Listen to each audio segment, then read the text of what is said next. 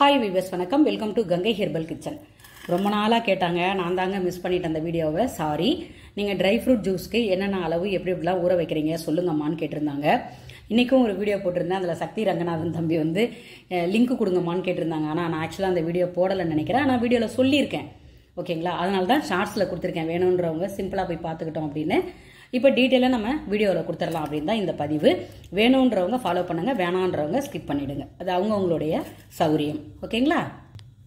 இப்போ படிக்கிற பசங்க ஸ்கூலுக்கு போயிட்டு வராங்கன்னு வச்சுக்கோங்களேன். அன்னைக்கு டே ஃபுல்லாக அவங்க ஃப்ரெஷ்ஷாக இருக்கணும் அப்படின்னா அன்னைக்கு நாள் முழுக்க தேவையான சத்துக்கள் எல்லாமே இதில் இருக்குதுங்க.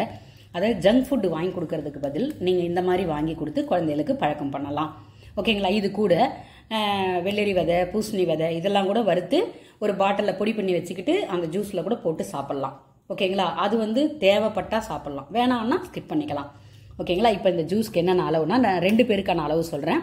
கருப்பு திராட்சை 30, இந்த பாயாசத்துக்கு போகிற கிஸ்மிஸ் திராட்சை 30.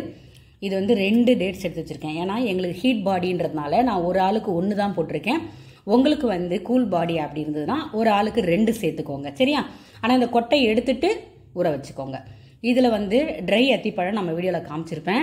ஆனால் அது 2 ரோல் தாங்க இருக்கும். கிட்டத்தட்ட ஒரு 15 என்னமோ இருக்கும்னு நினைக்கிறேன். அதுவே 450 480. நான் என்ன பண்ணுவேன்னா எமர்ஜென்சிக்கு அது வாங்கிட்டு வந்து வச்சுப்பேன். இந்த மாதிரி ஃப்ரெஷ் அத்திப்பழம் கிடைக்கும் பொழுது ஒரு பாக்ஸ் வாங்கிட்டு வந்தோன்னா 70 to 90 இல்லை 100 அந்த மாதிரி வரும். அதை வாங்கிட்டு வந்துட்டு மேலாக எடுத்து பார்ப்பேன். பழமாக இருக்கிறதெல்லாம் பொறுக்கி ஒரு டப்பாவில் வச்சுப்பேன். மீது கொஞ்சம் காயாக இருக்கிறதெல்லாம் இன்னொரு டப்பாவில் வச்சுப்பேன். வச்சுட்டு அது கிட்டத்தட்ட பார்த்தீங்கன்னா எனக்கு ஒரு 5 டேஸ்க்கு வரும்.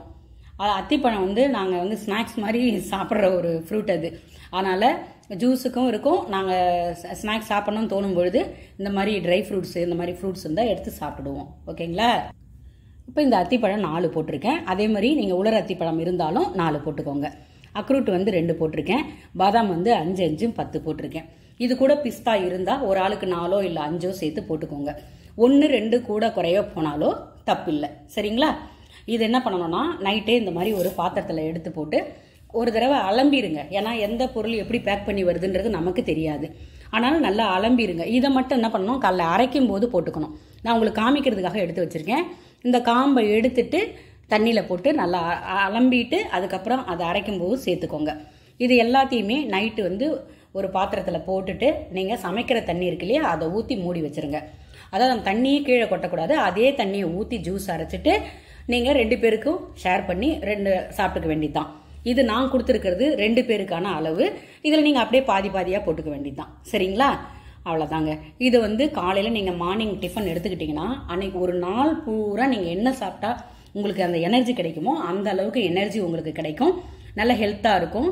அதாவது எல்லா சத்துக்களுமே நிறைந்திருக்குது. என்னென்னமோ தேடி பார்க்குறீங்க, போய் நெட்டில் போய் தேடி பாருங்கள் இதில் என்னென்ன சத்துக்கள் இருக்குது, என்னென்ன இருக்குன்னு.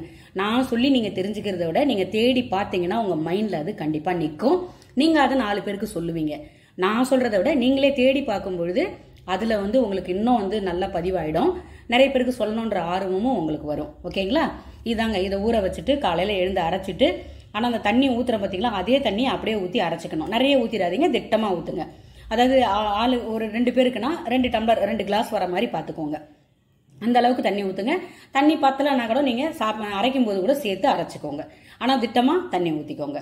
இது வந்து காலையில் வந்து என்ன பண்ணுங்க, ப்ரஷ் பண்ணிவிட்டு நீங்கள் இதை குடிச்சிக்கலாம். குடிச்சிட்டு நீங்கள் பாட்டும் ஸ்கூலுக்கு போகிறீங்களா, காலேஜ், ஏதாவது ஸ்கூலுக்கு போகிற பிள்ளைங்களுக்கு இடையில பசிக்கும். ஆனால் அவங்களுக்கும் பிரேக் விடுறாங்க இல்லையா? பிரேக் விடும் பொழுது ஒன்று மாதுளம்பழம் ஜூஸோ இல்லை நீர் மோரோ இல்லைன்னா 2 கொய்யா பழமோ இல்லை ஃப்ரூட்ஸோ இல்லை இந்த மாதிரி இந்த வெள்ளரி விதை, பூசணி விதெல்லாம் வறுத்து ஒரு டப்பாவில் போட்டு பெரியவங்களா இருந்தால் எடுத்துகிட்டு போயிடுங்க. அங்கே போய் அதை சாப்பிட்டுக்கலாம். அது கொஞ்சம் நல்ல ஃபைபர் நல்லது உடம்புக்கு.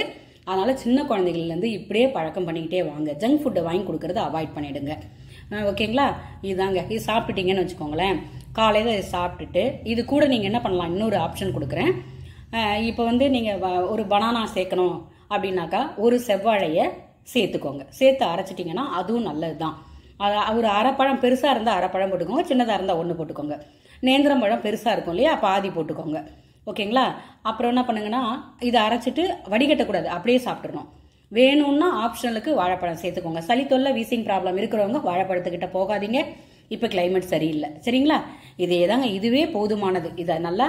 இதை மட்டும் இந்த அத்திப்பழத்தை விட்டுடுங்க. இதை மட்டும் நல்லா கழுவிட்டு ஊற வச்சிருங்க. நைட்டே தட்டு போட்டு மூடிடுங்க. ஒரு 6 o'clockலாம் ஊற வச்சுருங்க. நல்லா ஊறணும். ஆனால் நான் வந்து 6 o'clock 6:30க்கு அடிக்கும்போது நல்லா ஊறி இருந்தால் நல்லா மஞ்சிரும். ஓகேங்களா? ஊற வச்சுட்டு இதை அரைக்கும் போது மட்டும் அலம்பி இந்த ஃப்ரெஷ் அத்திப்பழத்தை சேர்த்துக்கோங்க. ட்ரை அத்திப்பழமாக இருந்தாக்கா இது கூட சேர்த்துருங்க. சரிங்களா? அவ்வளோதாங்க. இதுதான் காலைல டிஃபன். இதோட சாப்பிட்டுட்டு நீங்கள் வந்து இட்லியோ தோசையோ சப்பாத்தியோ சாப்பிட்டீங்கன்னால் சில பேருக்கு வெயிட் போடுது. உடல் உழைப்பு இல்லாதவங்களுக்கு சில பேருக்கு வெயிட் போடுது. ஆனால் நாங்கள் என்ன பண்ணுவோன்னா இதுதான் சாப்பிட்ருவேன். ஒரு 12 o'clockலாம் டானு மணி அடிச்சிடும் வயிற்றுல.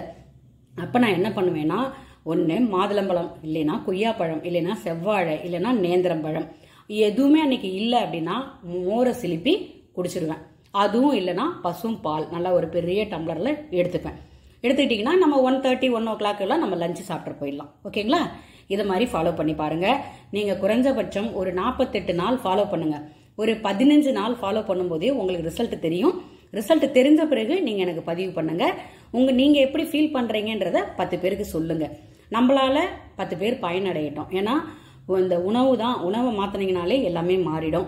இதோட கூட மத்தியானம் வந்து நல்ல காய் எடுத்துக்கோங்க. ஒரு சுண்டல் எடுத்துக்கோங்க. முளைக்கட்டின பயிர் எடுத்துக்கோங்க. அந்த மாதிரி எடுத்துக்கிட்டிங்கனாலே எனாஃப். ஓகேங்களா? அது மாதிரி நைட்டில் வந்து பார்த்தீங்கன்னா எளிதில் ஜீரணமாகக்கூடியதை சாப்பிடுங்க. எல்லாம் சொல்லுவாங்க 7 மணிக்குள்ளே சாப்பிட்ருங்க, 6 மணிக்குள்ளே சாப்பிட்ருங்கன்னு. ஆனால் சென்னை லைஃப்பில் அது சாத்தியமே கிடையாதுங்க.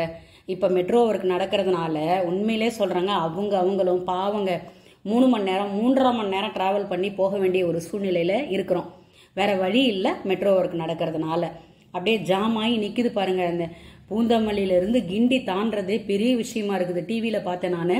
அதோடு மட்டும் இல்லாமல் இந்த சிறுசேரி அந்த ஐடி கம்பெனிலாம் இருக்குது பாருங்க, அப்படியே ஜாம் ஆகி நிற்கிறத டிவியில் காமிக்கிறாங்க. 2 மணி நேரம் ஆச்சுங்களா வண்டி மூவ் ஆகுறதுக்கே.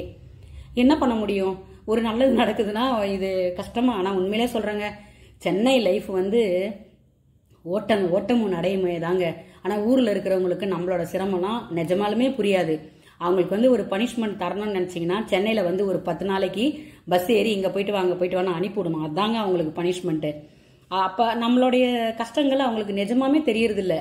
நம்ம வந்து எத்தனை மணிக்கு வரோம், எத்தனை மணிக்கு தூங்குறோம், எத்தனை மணிக்கு எந்திரிக்கிறோம், அதெல்லாம் அவங்களுக்கு தெரியறதில்ல.